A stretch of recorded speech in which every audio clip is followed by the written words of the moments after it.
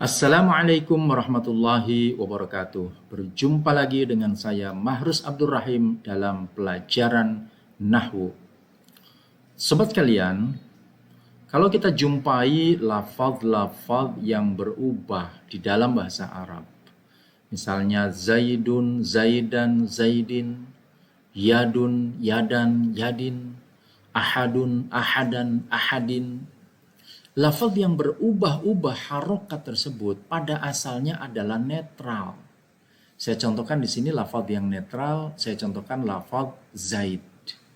Pada asalnya tidak ada harokat, kalau ditandai dengan sukun itu hanya untuk menandakan saja bahwa dia itu dalam posisi tawakuf.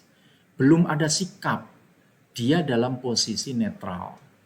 Dia akan berubah ketika ada faktor berubah yang disebut dengan amil. Contoh, misalnya kita sandingkan dengan lafaz koma. Koma artinya berdiri. Maka koma Zaid berubah menjadi Zaidun. Jadi kita ucapkan koma Zaidun. Zaidun berubah dari harokat yang netral menjadi harokat domah. Demikian juga lafaz Zaid yang netral ketika misalnya disandingkan dengan lafaz ro'a. Ro'a itu saya melihat. Zaid, nah ini Zaid menjadi berubah menjadi Zaidan. Diucapkan ro'a itu Zaidan. Ro'a itu saya melihat, siapa yang dilihat? Zaidan, Pak Zaid. Demikian halnya ketika disandingkan dengan huruf. Misalnya marortu bi. Marortu saya lewat. Bi ini artinya ilsok ya. Bertemu dengan. Nah tadinya Zaid netral berubah menjadi Zaidin. Marortu bi Zaidin. Marortu saya lewat. Bi Zaidin bertemu dengan Pak Zaid. Sobat sekalian, itulah adanya. Lafaz yang tadinya netral. Ketika ada faktor yang mengubahnya, ada faktor perubahnya, maka lafaz tersebut menjadi berubah.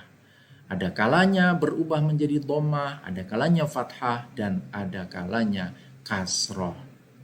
Nah sekarang kita lihat perubahan itu pada lafaz koma Zaidun. Koma berdiri, kemudian pertanyaannya siapa yang berdiri? Zaidun, Pak Zaid. Ini lafaz Zaidun, dia berubah dalam posisi sebagai pelaku. Karena dia sebagai pelaku, maka dia mendapatkan posisi yang penting, yaitu posisi sebagai fa'il, yaitu posisi sebagai pelaku. Jadi dia yang terlibat di dalam sebuah pekerjaan. Karena memang ketika ada faktor yang mengajak berubah, kadang-kadang orang ada yang mau berubah, ada yang diam saja. Kalau yang mau berubah pun ada yang mengambil posisi penting, dia menjadi pelaku dari perubahan, dari suatu pekerjaan, dari suatu program, maka dia menduduki posisi penting, yaitu posisi sebagai fa'il. Ada juga yang mengambil posisi datar-datar saja, ada yang mengajak untuk berubah. Kemudian dia ikut di dalam perubahan itu, tetapi dalam perubahan itu dia mengambil posisi sebagai pelengkap saja. Posisinya datar-datar saja. Dia sebagai objek dari suatu pekerjaan.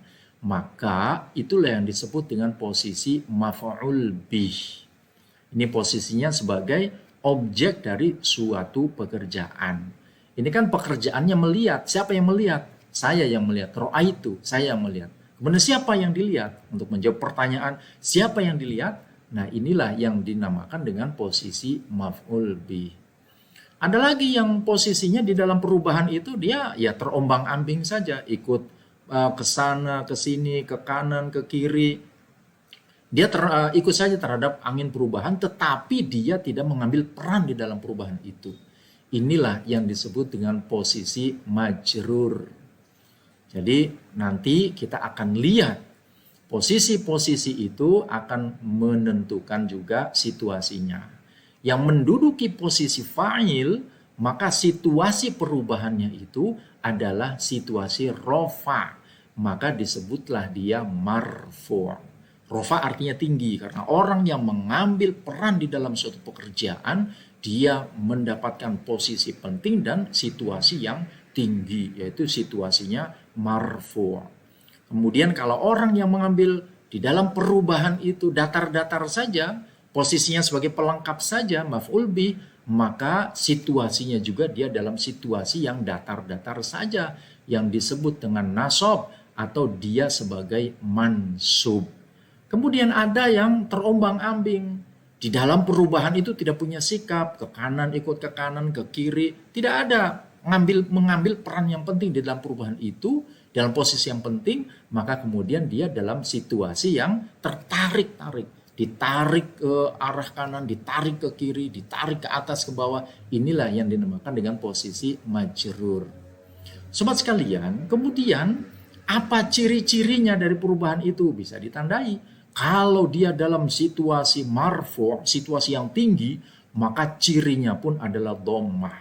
Dhammah itu artinya berkumpul. Kalau kita lihat pengucapan Zaidun dengan dhammah, bibir kita itu ngumpul, Zaidun. Nah, itu lihat, tinggi. Itu perlambang bahwa orang yang mengambil peran penting dalam suatu pekerjaan, suatu program, suatu kegiatan, maka dia memiliki tanda yang tinggi. Sementara yang mengambil posisi datar-datar saja, dia hanya sebagai pelengkap saja, yaitu dalam situasi mansub, maka cirinya menggunakan fathah. Jadi datar saja, ketika kita mengucapkan Zaidan, bibir kita datar-datar saja, biasa-biasa saja. Beda dengan mengucapkan Zaidun. Nah, di situ ada posisi yang berkumpul dan nampak tinggi. Demikian juga ketika yang mengambil peran di dalam perubahan itu hanya sebagai ikut ke kanan, ikut ke kiri, tidak ada sikap yang jelas, maka dia ditandai dengan kasroh. Kasroh itu artinya pecah. Jadi dia mudah terpecah-pecah sikapnya, tidak memiliki sikap yang kokoh, tidak memiliki integritas yang tinggi. Sobat sekalian, kemudian dari ciri-ciri tadi, kita bisa mengenal identitas dari suatu lafal.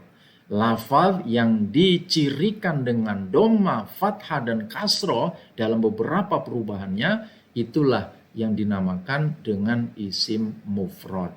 Maka inilah kaitan dari rumus mahrus, yaitu identiti, ciri, situasi, dan posisi.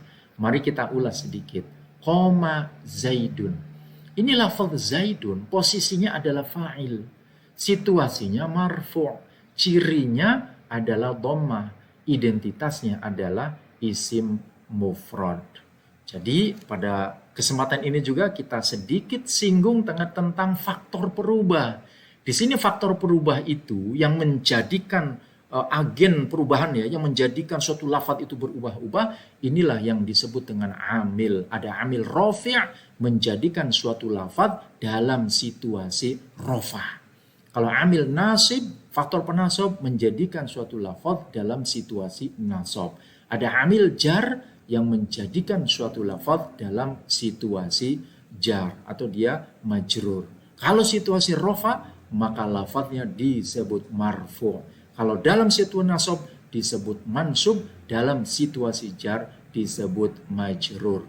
Sobat sekalian, nanti pembahasan tentang amil ini sangat luas karena di dalam bahasa Arab amil atau faktor-faktor yang menjadikan suatu lafaz itu berubah itu jumlahnya ada 100. Ini bisa kita lihat ya dalam bagan. Nah, ini seperti ini. Ini pembahasan amil. Nantilah kalau kita mau mempelajari lebih mendalam lagi tentang amil atau faktor-faktor berubah, itu semuanya ada 100 pada kesempatan yang lain.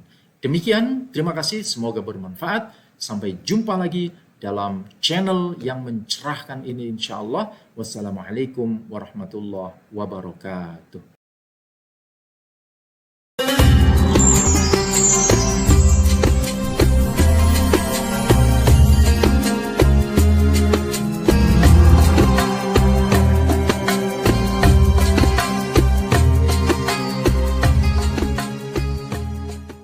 محمد